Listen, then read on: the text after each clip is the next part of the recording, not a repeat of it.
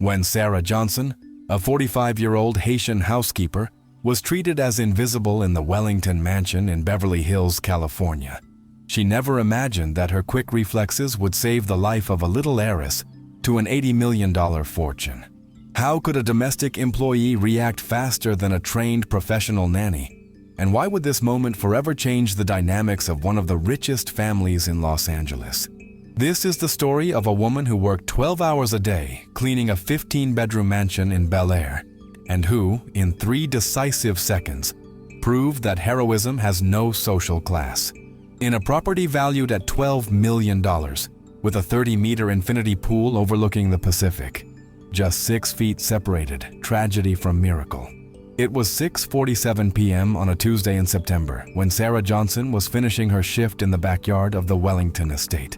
The golden California sun was setting behind the Santa Monica Mountains, casting long shadows across the perfectly manicured lawn that stretched for half an acre behind the mansion. Sarah had been working for the Wellington family for 3 years, arriving every morning at 6 a.m. sharp and leaving after dark, 6 days a week. At $320 a week, it was the best-paying job she had ever secured since arriving from Port-au-Prince 8 years ago, with nothing but a worn suitcase and dreams of providing for her 2 children back home. The Wellington mansion was a testament to American excess. 15 bedrooms, 12 bathrooms, a wine cellar that housed bottles worth more than Sarah's annual salary, and an infinity pool that seemed to spill into the Pacific Ocean itself. Richard Wellington III, 52, had inherited the family real estate empire and expanded it into a $80 million fortune through aggressive commercial development across Southern California.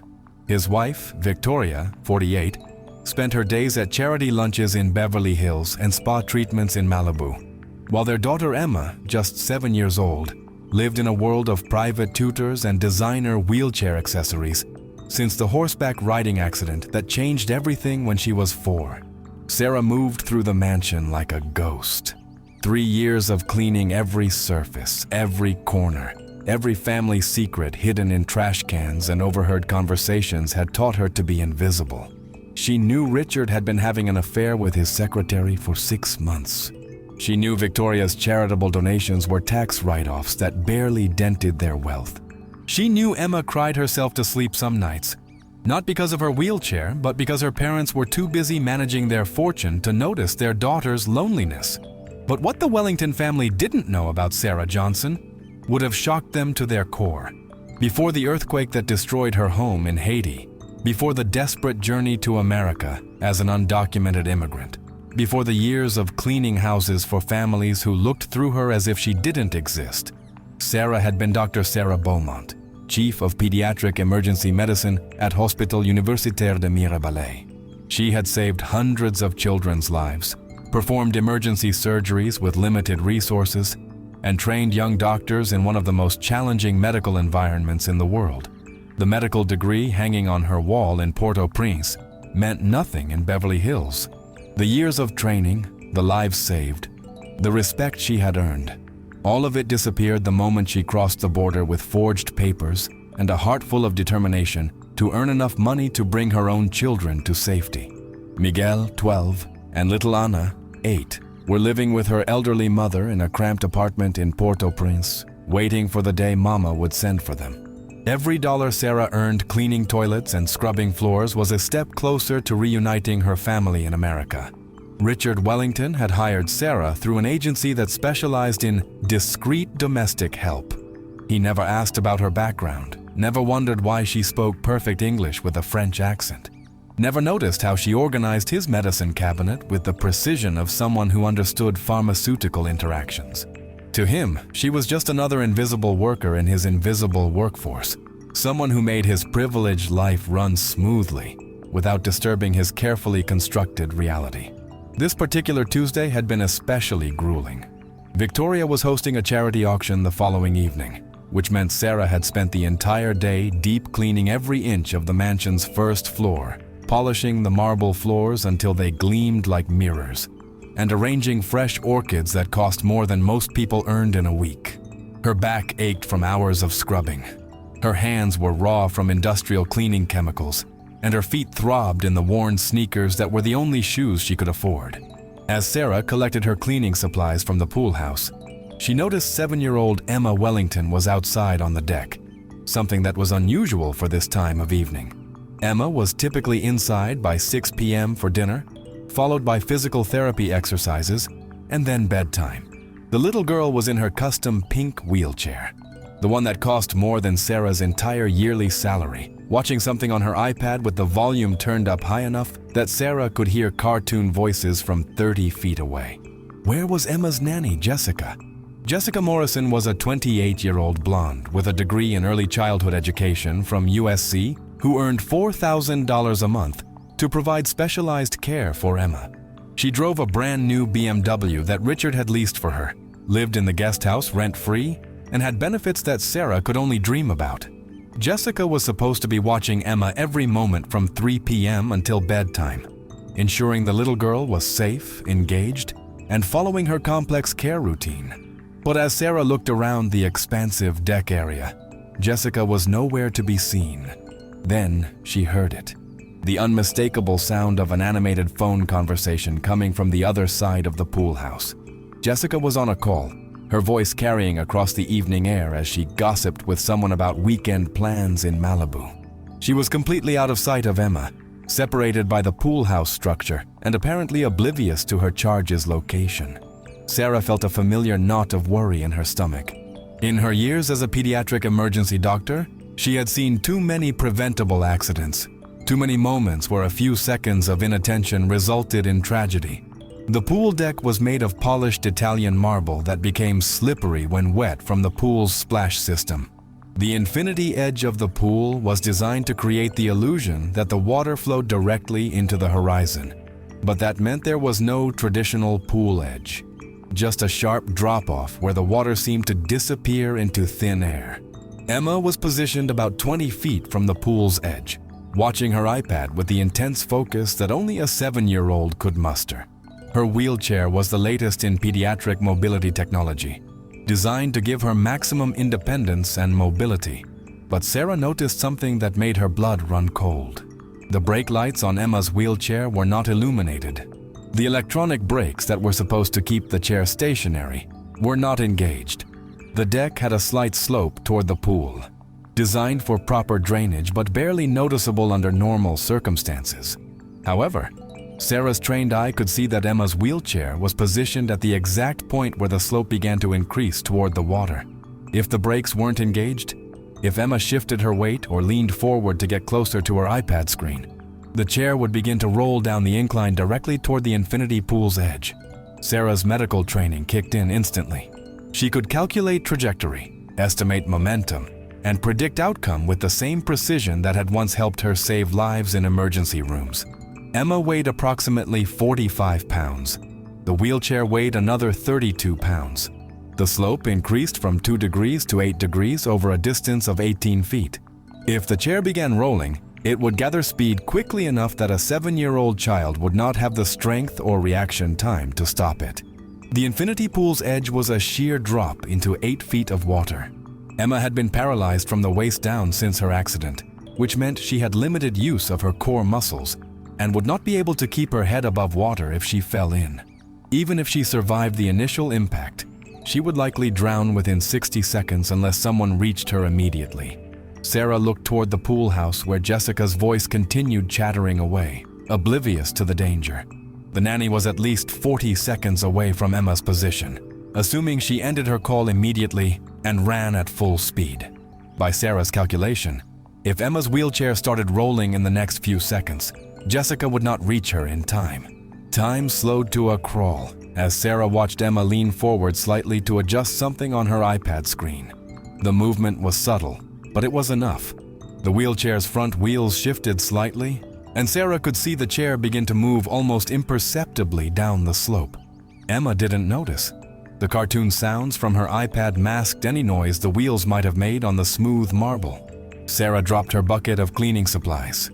Scrub brushes, bottles of polish, and rubber gloves scattered across the deck as she broke into a run. Her worn sneakers found purchase on the marble as she covered the first 20 feet in less than 3 seconds. her heart hammering against her ribs as she calculated distance, speed, and time, with the precision that had once made her one of the most respected emergency physicians in Haiti. Emma's wheelchair was picking up speed now, rolling down the increasingly steep slope toward the pool's edge. The little girl finally noticed something was wrong and looked up from her iPad with confusion, but her hands were too small and her upper body strength too limited to grip the wheel rims hard enough to stop the chair's momentum. "Emma!" Sarah shouted as she ran, but her voice was lost under the sound of the cartoon and the evening wind coming off the Pacific. 15 feet from the pool's edge, 12 feet, 10 feet.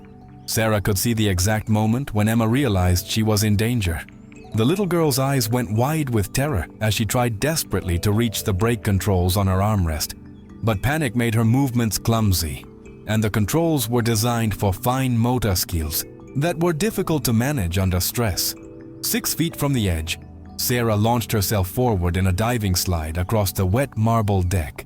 The industrial chemicals she had been using all day had left the surface slippery, and she used that to her advantage, sliding the final 8 feet on her stomach with her arms outstretched toward Emma's wheelchair. Her right hand closed around the push handle of Emma's wheelchair just as the front wheels reached the pool's infinity edge.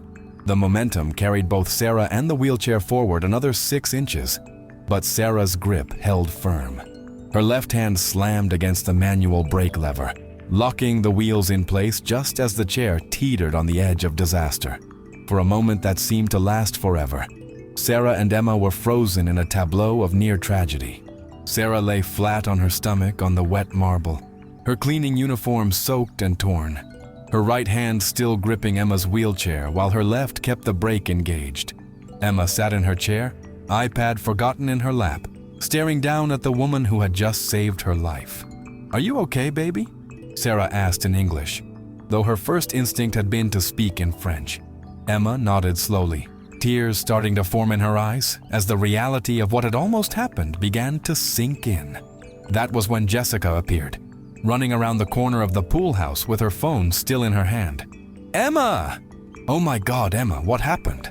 The nanny's face was white with terror as she took in the scene, her charge sitting inches from the pool's edge with the family's housekeeper sprawled on the deck beside her. "Her brakes weren't engaged," Sarah said simply, pulling herself to her feet and brushing water and debris from her uniform. The wheelchair was rolling toward the pool. Jessica's hands shook as she quickly moved Emma's chair to a safe distance from the pool's edge and engaged the parking brake. I was only gone for a minute. I thought she was safe." The young woman's voice trailed off as she realized how close they had all come to an unthinkable tragedy. Sarah began collecting her scattered cleaning supplies, saying nothing more.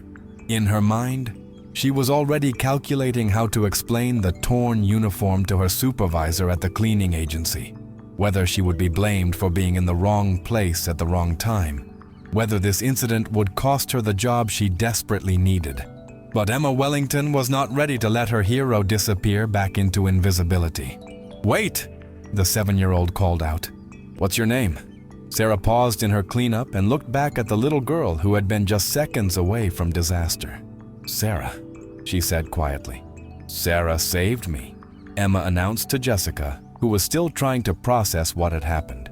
"She ran super fast and caught my chair before I fell in the pool." Jessica looked at Sarah with new eyes, suddenly seeing not just the family's housekeeper, but the woman who had prevented a tragedy that would have destroyed multiple lives. "Thank you," she whispered. "Thank you so much." Sarah nodded and continued gathering her supplies. She had work to finish before she could catch the bus back to her cramped apartment in East Los Angeles, where she would spend the evening video calling her children in Haiti and sending them the bedtime prayers that were the only gift she could afford to give them every day. But as Sarah walked toward the service entrance of the Wellington mansion, she didn't realize that someone else had witnessed the entire incident from a second-floor window. Richard Wellington III had been in his home office, reviewing development contracts for a new luxury shopping center in Santa Monica, when he heard shouting from the pool area. He had looked out just in time to see his daughter's wheelchair rolling toward the pool, and a figure in a cleaning uniform diving across the deck to save her. For the first time in 3 years, Richard Wellington really looked at his housekeeper, really saw her. The woman who had just risked her own safety to save his daughter was not the invisible domestic worker he had taken for granted. She was someone who had acted with courage, intelligence, and split-second decision-making that had prevented his worst nightmare from becoming reality. As Sarah disappeared through the service door, Richard made a decision that would change everything. He was going to find out who Sarah Johnson really was. The next morning, Sarah arrived at the Wellington mansion at her usual time, 6 a.m. sharp. She expected to face questions about the previous evening, possibly even termination if the family decided that having their housekeeper involved in such a dramatic incident was somehow inappropriate for their image. She had spent the sleepless night preparing for the worst-case scenario, calculating how long her savings would last if she lost this job and began looking for new employment. But when she entered through the service door, she found Richard Wellington waiting for her in the kitchen. This was unprecedented. In 3 years of employment, her interaction with the man who paid her salary had been limited to polite nods when they occasionally crossed paths in the hallways. He conducted all employment business through his household manager, maintaining the careful distance that preserved the invisible barrier between employer and employee. "Sarah," Richard said, and his voice carried a tone she had never heard before. Not the dismissive politeness he used with service staff, but something approaching genuine respect. "I want to thank you for what you did yesterday. Emma is safe because of your quick thinking and bravery." Sarah stood quietly, unsure how to respond. In her experience, gratitude from wealthy employers often came with conditions or expectations that could be more dangerous than their indifference. "I realize," Richard continued, "that in 3 years of your employment, I've never really spoken with you. I've never asked about your background, your family, or your goals. That was my mistake, and I want to correct it now." He gestured toward the kitchen's breakfast nook, an informal seating area where Sarah had never been invited to sit. "Would you join me for coffee? I'd like to get to know the woman who saved my daughter's life." Sarah hesitated. Every instinct told her to maintain the professional distance that had kept her employed and safe for 3 years. But something in Richard Wellington's demeanor suggested this was not a conversation she could politely decline. "Thank you, Mr. Wellington," she said carefully, taking a seat across from him at the small table where Emma often ate her breakfast while her parents conducted business in the formal dining room. Richard poured coffee from an expensive machine that Sarah had cleaned hundreds of times but never used. "Please, call me Richard. I think we're past formal titles after what happened yesterday." He handed her a cup and studied her face with the attention of someone seeing her clearly for the first time. "Sarah, forgive me for asking, but yesterday when you reacted to Emma's situation, you moved with a kind of precision and awareness that seemed professional. Have you had medical training?" The question hit Sarah like a physical blow. This was the moment she had been dreading for 8 years. The moment when her carefully constructed invisibility would crumble and expose the truth that could destroy everything she had worked for. But looking into Richard Wellington's eyes, she saw something unexpected. Not suspicion or accusation, but genuine curiosity and what appeared to be respect. For the first time since arriving in America, Sarah made a decision to trust someone with a piece of her real story. "Yes," she said quietly. "I was a doctor in Haiti." Richard set down his coffee cup, his expression shifting from curiosity to amazement. "A doctor? What kind of doctor?" "Pediatric emergency medicine," Sarah replied, her voice barely above a whisper. "I was the chief of pediatric emergency services at Hospital Universitaire de Mirebalais before the earthquake." The silence that followed was not uncomfortable, but rather filled with the weight of revelation. Richard Wellington was processing the fact that the woman he had employed to clean his toilets was a trained physician who had once saved children's lives as her profession. "The earthquake," he said finally. "You lost everything." Sarah nodded. "My home, my hospital, my practice, my husband." Her voice caught slightly on the last words. "He was killed when our house collapsed. I managed to get myself and my 2 children out, but we lost everything else." "Your children," Richard said. "Where are they now?" "Still in Haiti with my mother. Miguel is 12 now, Anna is 8. I send money home every month, saving for the day I can bring them here legally. Sarah's hands wrapped around her coffee cup as if drawing warmth from it. Everything I earn goes toward immigration lawyers and the fees for their visa applications. Richard Wellington felt something he had rarely experienced in his 52 years of privileged life: genuine humility. The woman sitting across from him had sacrificed everything, including her professional identity, to provide for her children.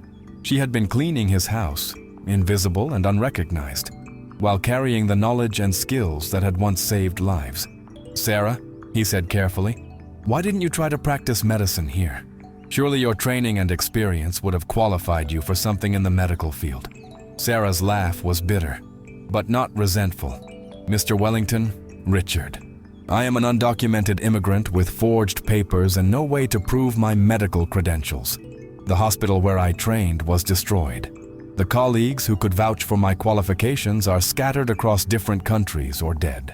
Even if I could somehow prove my background, the process of getting licensed to practice medicine in the United States would take years and cost more money than I could ever save working as a housekeeper."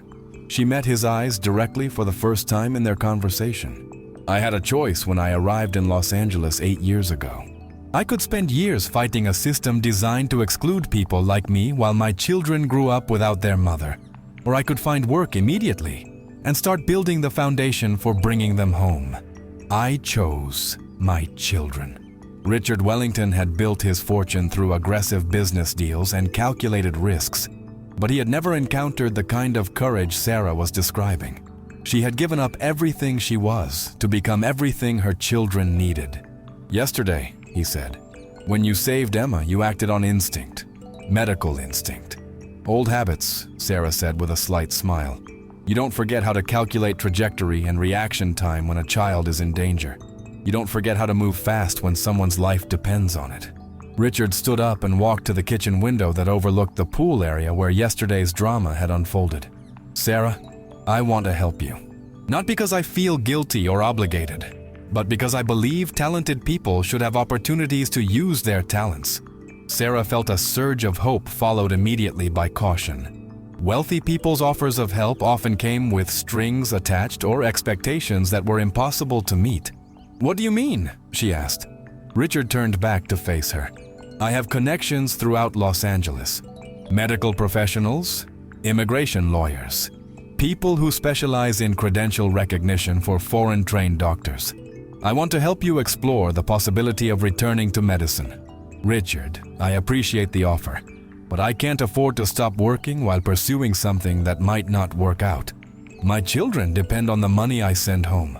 What if I guaranteed your current salary while you investigated your options? What if I connected you with the right people and covered the costs of the process?" Sarah stared at him, afraid to believe what she was hearing. "Why would you do that?" "Because yesterday you proved that heroism doesn't depend on job titles or social status. Because my daughter is alive because you acted without hesitation to save her. And because," he paused, choosing his words carefully, "I think it's time I started using my privilege for something more meaningful than just building more wealth." Before Sarah could respond, Emma's voice echoed through the kitchen as Jessica wheeled her in for breakfast. "Daddy, is that Sarah?" "Hi, Sarah." Emma's face lit up when she saw her rescuer sitting at the breakfast table with her father. "Sarah, are you having coffee with Daddy?" "That's so cool." Richard smiled at his daughter's enthusiasm. "Sarah and I were discussing some new opportunities. Emma, did you know that Sarah used to be a doctor who helped children?" Emma's eyes widened. "Really? Like a real doctor? That's so awesome. Sarah, did you help kids who were sick?" "Yes, sweetheart," Sarah said, her voice warm with the affection she always felt when talking to children. "I helped children who were hurt or sick get better. Just like you helped me yesterday," Emma exclaimed. "Sarah, you're like a superhero doctor."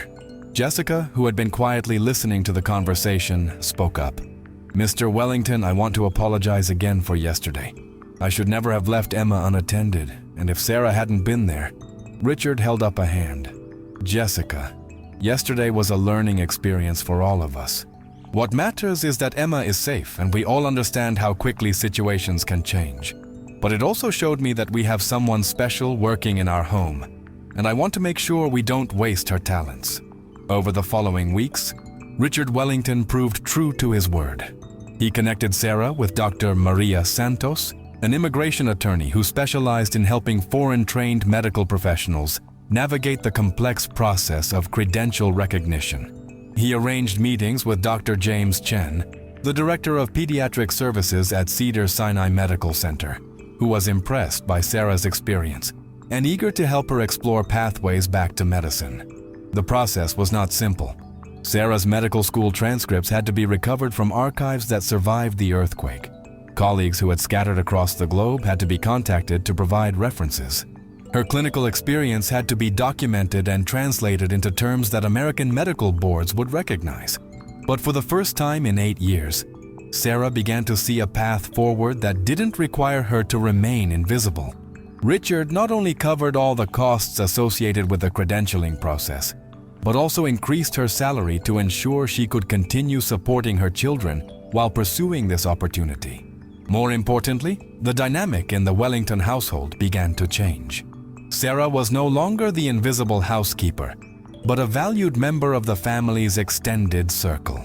Emma, in particular, was fascinated by Sarah's medical background and would pepper her with questions about helping sick children. "Sarah, when you were a doctor, did you wear a white coat?"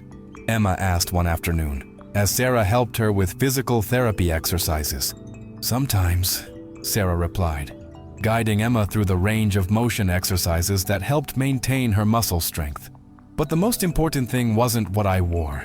It was listening to children and their families and finding ways to help them feel better. Like how you listened to me when I was scared yesterday after my chair almost went in the pool." "Exactly like that, sweetheart. Being a good doctor means being a good listener." Victoria Wellington, who had initially been skeptical of her husband's interest in their housekeeper's background, gradually began to see Sarah differently as well. During a particularly difficult evening when Emma was frustrated by her physical limitations and acting out, Sarah's calm, professional approach to managing the situation impressed Victoria enough to ask for advice. "Sarah, you handle Emma's difficult mood so well. How do you stay so patient?" Victoria asked after Sarah had successfully redirected Emma's anger into a productive conversation about feelings. In pediatric emergency medicine, you learn that when children are upset or in pain, they often can't express what they really need, Sarah explained. Emma's frustration isn't really about her homework or her wheelchair. She's frustrated because she wants to do things that feel impossible. When I validate that feeling instead of trying to fix it immediately, she can work through it herself. Victoria realized that in her years of expensive therapy and professional childcare, she had never received such practical, insightful guidance about her own daughter's emotional needs. 6 months after the pool incident, Sarah received news that would change everything again. Dr. Chen called to inform her that Cedars-Sinai had an opening in their International Medical Graduate Program, a pathway designed specifically for foreign-trained doctors to return to practice in the United States. "Sarah, the program is competitive, but based on your background and the references we've collected, I believe you have an excellent chance of acceptance," Dr. Chen explained during their phone call. The program would last 18 months and would result in board certification in pediatric emergency medicine. 18 months, Sarah repeated, her mind calculating the implications. "What would that mean for my current work?" "You would need to transition to full-time study and clinical rotations. The program includes a stipend, but it would be significantly less than what you're earning now." Sarah's heart sank. Even with Richard's generous salary increase, 18 months of reduced income would make it impossible to continue sending money to her children in Haiti. Worse, it would delay their immigration process by at least 2 years. When she shared this dilemma with Richard, his response was immediate and definitive. "Sarah, I'll continue your full salary throughout the program, plus cover any additional costs for your studies. Your children's immigration process will continue on schedule." "Richard, I can't let you do that," Sarah protested. "You've already done so much." "Sarah, let me ask you something. What would have happened to Emma if you hadn't been there that day by the pool?" Sarah was quiet, understanding the implication of his question. My daughter's life is worth more than money, Richard continued. But beyond that, I've seen how you interact with Emma, how you handle difficult situations, how you bring professionalism and compassion to everything you do. I want to invest in your return to medicine, not just as a thank you, but because I believe you'll save other children's lives once you're practicing again. The conversation was interrupted by Emma rolling into the room in her wheelchair, now equipped with properly functioning brakes and additional safety features that Richard had ordered after the pool incident. "What are you guys talking about?" Emma asked with a directness that only children possess. "Sarah might go back to school to become a doctor again," Richard explained to his daughter. Emma's face lit up. "That's so cool. Sarah, will you still visit us when you're a doctor?" Sarah knelt down to Emma's eye level. "Sweetheart, I'll always be part of your family. But if I become a doctor again, I might not be able to work here every day like I do now." Emma considered this seriously. "But you'll help other kids like you helped me." "That's right." "Then you have to do it," Emma declared with the certainty of a 7-year-old who had figured out something important. "Other kids need you to be their doctor." 6 months later, Dr. Sarah Johnson, her legal name had been corrected through the immigration process Richard had funded, began her first day in the International Medical Graduate Program at Cedars-Sinai Medical Center. She wore scrubs again for the first time in over 8 years, and as she walked through the hospital corridors, she felt pieces of her identity clicking back into place. Her supervising physician, Dr. Rebecca Martinez, had been briefed on Sarah's unusual path back to medicine.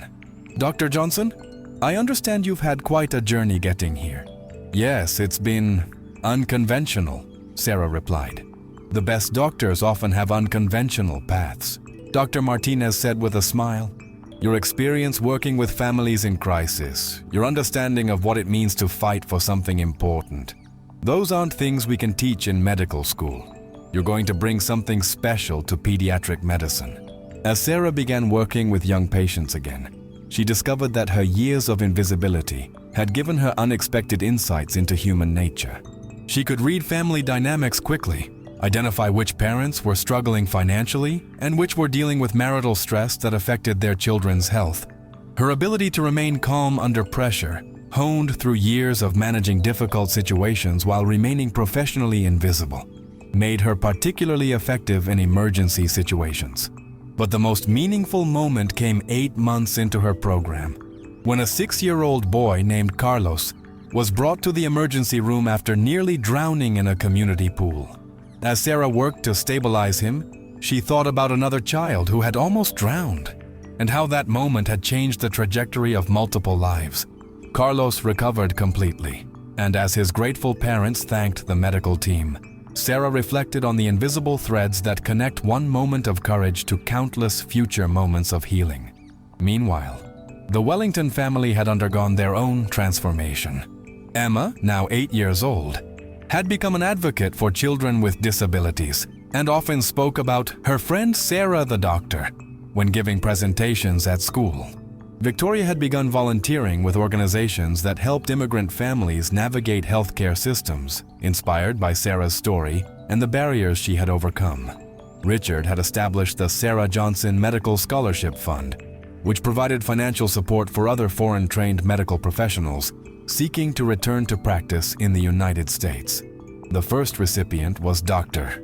Ahmed Hassan, a Syrian refugee who had been working as a taxi driver while trying to regain his medical license.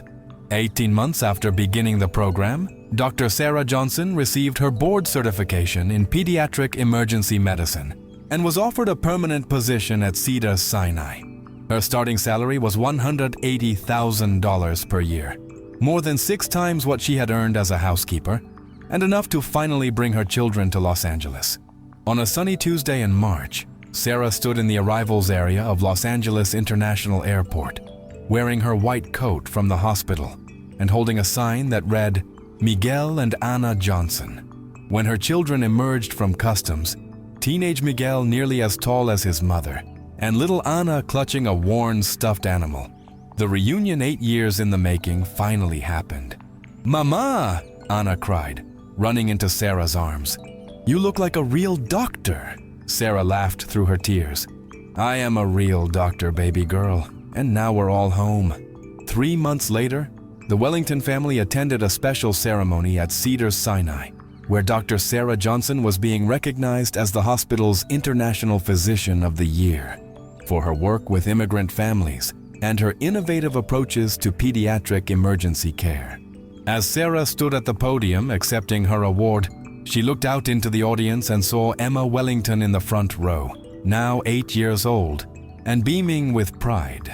Next to Emma sat Miguel and Ana, her children who had traveled 3,000 miles to be reunited with their mother. Behind them were Richard and Victoria Wellington, the family who had seen her not as an invisible servant, but as a human being worthy of respect and opportunity. When I was working as a housekeeper, Sarah said in her acceptance speech, I thought I had left my identity as a doctor behind forever. I thought saving lives was part of my past, not my future. But I learned that heroism doesn't depend on job titles or social status. Sometimes the most important moment of your career happens when you're not even working as a doctor, when you're just a human being who sees another human being in danger and acts to help. She paused, looking directly at Emma. A wise 7-year-old once told me that other kids needed me to be their doctor. She was right. But what she didn't know is that I needed to remember that I had never stopped being a doctor in my heart. I had just been waiting for the right moment to prove it again. As the audience applauded, Sarah thought about the invisible line she had crossed that evening by the infinity pool, the line between being seen and being invisible, between having her abilities dismissed and having them recognized, between working to survive and working to heal. Sometimes, she reflected, the most important barriers we cross are the ones that exist only in other people's perceptions of who we are and what we're capable of achieving. And sometimes it takes just 3 seconds of courage to change everything. 6 months later, Dr. Sarah Johnson opened her own pediatric urgent care clinic in East Los Angeles, in the same neighborhood where she had once lived in a cramped apartment while working as a housekeeper. The clinic served primarily immigrant families, many of them undocumented workers who had been invisible to the healthcare system, just as Sarah had once been invisible to the families she served. On the wall of her office hung 2 photographs. The first was her original medical degree from Haiti, finally retrieved and restored. The second was a picture of Emma Wellington's 9th birthday party, where Sarah had been invited not as hired help, but as an honored guest, the woman who had saved the birthday girl's life and, in doing so, had saved her own. Above both photographs was a small plaque with a quote that had become Sarah's